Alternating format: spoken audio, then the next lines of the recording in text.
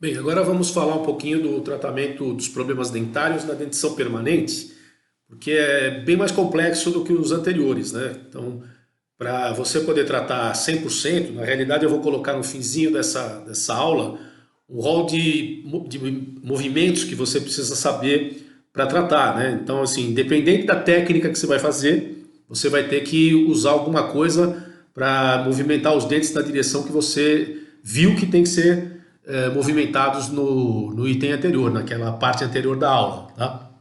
Mas para começar, eu queria atender uma coisa aqui que é uma polêmica que existe cada vez que ela vai. Bom, pra vocês terem uma ideia de como ela é antiga, a briga do Tweed com o Engel foi justamente se deveria se fazer ou não extrações em odontologia, né? Em ortodontia. E até hoje a gente ainda tem esse tipo de problema. Eu não sou favorável nem a uma nem a outra. Claro que se eu pudesse, eu nunca iria fazer extrações. Os pacientes não gostam e eu também acho que é mutilante, né? Mas não tem jeito, a gente vai ver que é o caso que exige se nós vamos fazer um tratamento sem extração ou se nós vamos ter que fazer algum tipo de extração. Quando eu falo algum tipo, vocês vão ver no finzinho da aula, é óbvio que isso também seria uma outra aula, né? Mas por extrações existem várias, né? Vários dentes que nós podemos fazer. Aqui, por exemplo, é uma ilustração de um tratamento com extração de segundos pré-molares, né?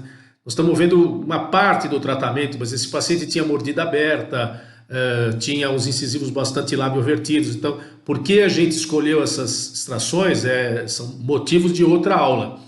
Vamos dizer assim melhor. Porque eu escolhi esses dentes, vai ser um motivo de outra aula.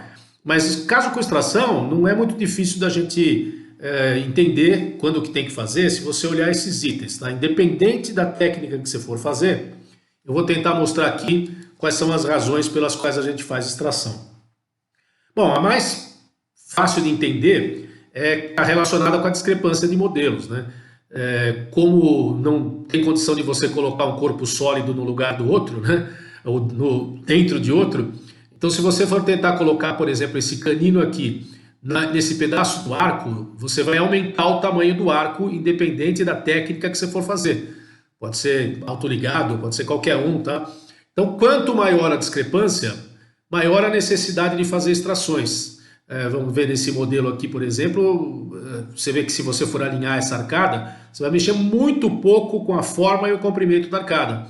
Mas nessa aqui, pelas condições que nós vamos ver na continuação do tratamento, é muito provável que eu tenha que fazer extrações por causa da discrepância de modelo. Eu não vou falar uma quantidade, seria absurdo fazer aquela tabelinha que algumas pessoas fazem, até 3 milímetros de discrepância negativa, extrai. Não é possível, você vai ver na sequência o que eu estou falando. Então, é óbvio, eu fiz um cálculo da discrepância e agora eu vou levar em conta outras coisas, né? Aqui nós estamos vendo, por exemplo, eu vou usar muito esse paciente como referência, tá? Não vamos falar nada ainda da inclinação de dente anterior, mas olha a discrepância que ele tem. No arco superior ele tem uma falta de 8 milímetros. Na inferior ele tem uma falta de 14 milímetros. Eu ensinei isso aqui, tá? No tutorial de análise de modelo, como é que a gente faz essa análisezinha aqui, que é bem simples, né? Para saber o quanto falta de espaço se eu for manter a forma da arcada, tá? Se eu puder aumentar a forma da arcada, ótimo, mas se eu for manter a forma da arcada, que é muito mais estável, eu vou precisar arrumar 14 milímetros embaixo e 8 em cima. Vocês vão ver que por si só já é uma coisa que diz que tem que fazer extração, mas vamos seguir, tá? Não é só isso que a gente olha, não. A segunda coisa que a gente avalia para fazer extração ou não é a quantidade de movimento que eu preciso para colocar caninos e molares em classe 1, especialmente caninos, né? Porque se você não tiver o canino em classe 1, ou você vai ter por exemplo, um canino em classe 3 com tudo alinhado, da mordida cruzada, e um canino em classe 2 com tudo alinhado, da sobressalência. Para o trespasse dos dentes anteriores estar perfeito, o canino tem que estar aqui em classe 1.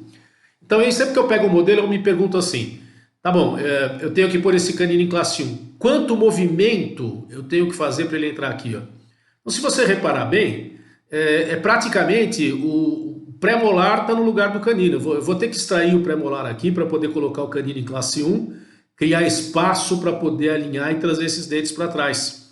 Então, toda essa quantidade de movimentação por mais que a gente acredite, hoje em dia tem muito microimplante extra-alveolar, né? Mas se você for fazer um planejamento sem extração aqui, ponha muita restrição, que é muito movimento que tem que colocar o canino em classe 1.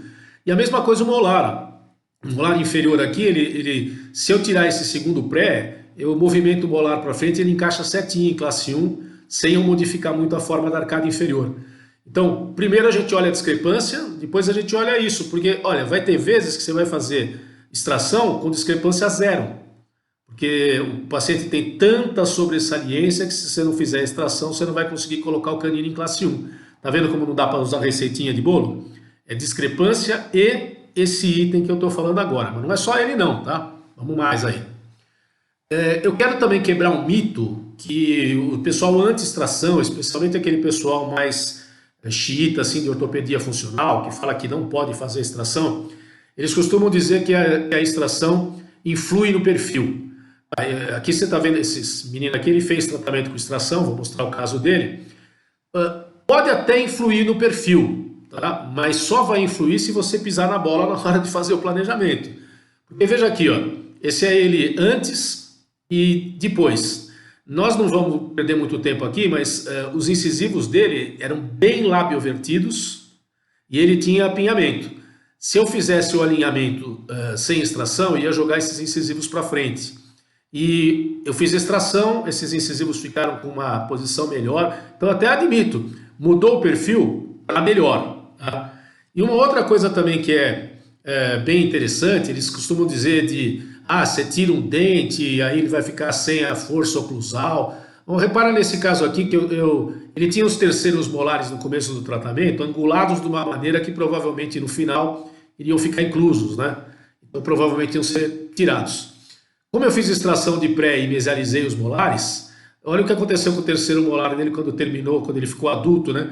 Ele tinha terceiros molares ocluídos, erupcionados e ocluídos. Ele ganhou mais superfície mastigatória do que quando ele tinha o pré-molar. Então, esse é um outro papo furado também, que diminui a superfície mastigatória. Pode procurar artigos que você vai ver que isso não é verdade. Assim como a mudança do perfil, né? E outra coisa também, deixa eu só voltar aqui, esse modelo aqui pode me ajudar bastante. Quando você tem uma discrepância dessa aqui, ó, imagina, os incisivos estão aqui, né? Se você alinhar sem extração, eles vão parar lá na frente, vai mudar a forma do arco. Mas se eu tirar os pré-molares, a quantidade de espaço, eu vou retrair os caninos, a quantidade de espaço que eu preciso para alinhar esses dentes é tão grande que quando eu retrair o canino e alinhar os incisivos, eles não vão vir para trás. Entendeu? Então que papo furado que a extração sempre diminui a forma da arcada é mentira. Você tem uma discrepância muito grande, você usa o espaço da extração para alinhar os dentes remanescentes. O lábio não muda de posição. Isso é um papo bem furado também, tá? Então essa parte aqui vamos esquecer, tá? É necessário fazer extração, vamos fazer as extrações. Agora, lembra que eu olho sempre assim, eu pedi para vocês fazerem um resumo do exame clínico e de tudo, né? Falei que o exame clínico a gente usa na hora que já planejou o tratamento para ver o que é melhor ou pior para esse paciente. Então você imagina que essa paciente aqui, ó, o que ela tem de ângulo nasolabial? Super aberto, né? Era para ser perto de 90 graus e nitidamente ele está bastante mais aberto do que deveria. Aí a pergunta está aqui, que tipo de movimento que eu teria que fazer nos incisivos dessa paciente para melhorar o ângulo nasolabial? Eu teria que protruir incisivo e nunca retruir, né? Então aqui, se eu tivesse um apinhamento, é por isso que eu disse que não adianta saber pegar só a quantidade de discrepância. Mesmo que ela tivesse uma discrepância grande e eu forçasse esses incisivos para frente, teria sido melhor para ela.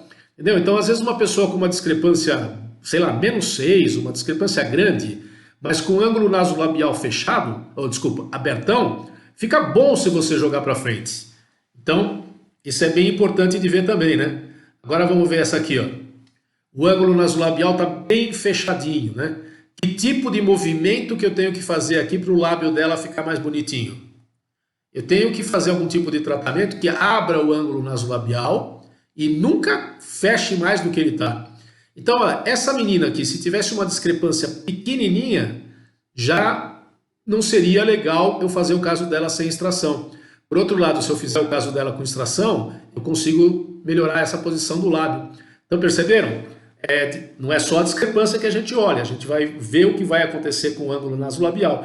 Por isso que eu disse agora há pouco que essa história de achatar perfil e tal, é se você não planejou direito.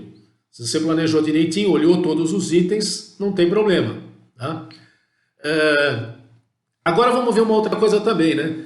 Esse paciente que eu já falei anteriormente que ia usar tinha uma discrepância muito grande, provavelmente ele ia ter que fazer mesmo extração por causa da quantidade, mas ele tem molar e canino em classe 1, né?